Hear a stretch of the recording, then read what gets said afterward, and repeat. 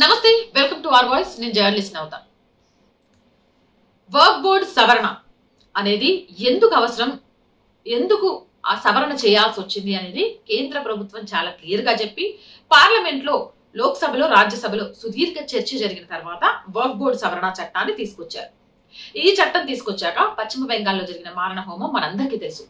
Work board సవరణ చట్టాన్ని వ్యతిరేకిస్తున్నామనే ముసుగులో ఆడవాళ్లతో పాటు హిందువుల మీద వాళ్ళు చేసిన దౌర్జన్య కాండను చూసాం. కానీ వీళ్ళు అసలు భారతీయులే కాదు. వీళ్ళకు భారతదేశాన్ని ఆక్రమించుకోవడం కావాలే తప్ప భారతదేశాన్ని ప్రేమించడం కాదు అనేది మరొకసారి నిరూపణ అయింది. వర్క్ బోర్డు సవరణ చట్టానికి వ్యతిరేకంగా చేస్తున్న నిరసనలలో పాకిస్తాన్ జిందాబాద్ అని నినాదం చేశారు. అంటే వీళ్ళు భారతీయులా, పాకిస్తానీలా?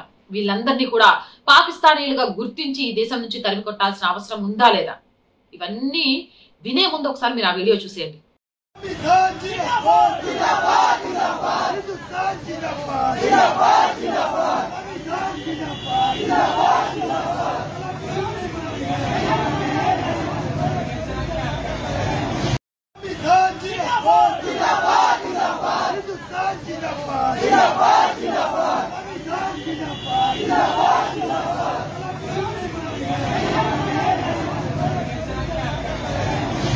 కదా వీడియో.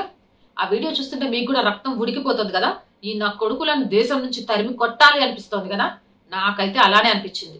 కొన్నిసార్లు ఆవేశంగా మాట్లాడాలి అనిపిస్తుంది. ఎందుకు అనంటే ఈ దేశంలో ఉంటూ, ఈ దేశం తిండి తింటూ, మైనారిటీల రిజర్వేషన్ల ఫలాలను అనుభవిస్తూ, సిగ్గు, ఎగ్గు, మానం, అభిమానం ఏమీ లేకుండా పాకిస్తాన్ జిందాబాద్ అని నినాదాలు చేస్తారా?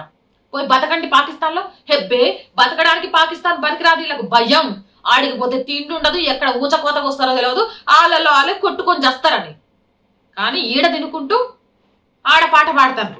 ఇలాంటి వాళ్ళను దేశద్రోహం కింద ఈ వీడియోలో పాకిస్తాన్ జిందాబాద్ అని చేసిన వాళ్ళందరినీ పశ్చిమ బెంగాల్ ముఖ్యమంత్రి మమతా బెనర్జీ గుర్తించి వీళ్ళందరినీ పాకిస్తానీలు అని చెప్పేసి దేశం నుంచి తరిమి కొట్టాలి. అట్లా తరిమి కొడితే పశ్చిమ బెంగాల్లో సగం పైగా వెళ్ళిపోతారు అక్కో. ఆడ మన నిజమైన భారతీయుల కంటే అటు నుంచి వచ్చిన బంగ్లాదేశ్లు, ఇటు నుంచి వచ్చిన పాకిస్తానీలు ఎక్కువ కదా. అందువల్లే కదా మా సింహాసనం మీద కూర్చుంటోంది. లేక ఆమె ఇలాంటి పనులు చేస్తుందంటే కేంద్ర ప్రభుత్వం దీని మీద చర్య తీసుకోవాలి. వర్క్ బోర్డు సవరణ చట్టానికి పాకిస్తాన్ కి సంబంధం ఏంటి? మేరా భారత్ మహాన్, భారత్ మాతాకి జై, వందే మాతరం అనడానికి రాని నోర్లు పాకిస్తాన్ జిందాబాద్ అని వస్తున్నాయి అంటే వీళ్ళ అంతిమ లక్ష్యం ఏంటి అనేది గ్రహించాల్సిన అవసరం ఉంది.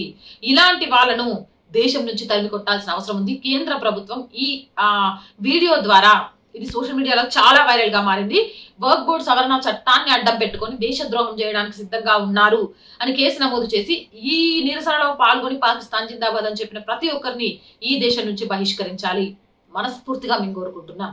మరి మీరేమంటారు? అవునంటారా, కాదంటారా? ఇలాంటి వాళ్ళు ఎప్పటికైనా దేశానికి ఏమంటారు, పాములు లాంటి వాళ్ళే అంటారా?